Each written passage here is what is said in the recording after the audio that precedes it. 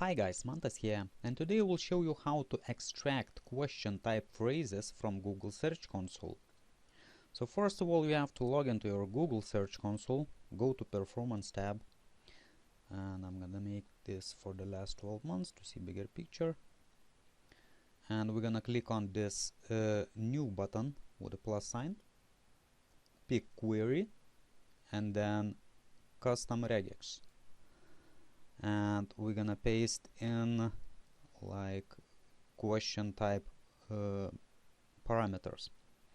I'm gonna apply, and as you can see, there are all the questions extracted, and guess what, not all of them are on your content. This is just how Google associated it with your content.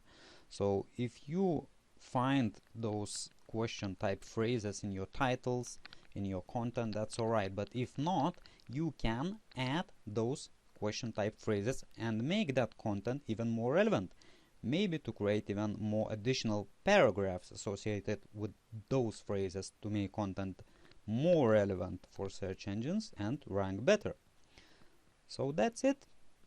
Hope you find this useful, and talk soon. Cheers.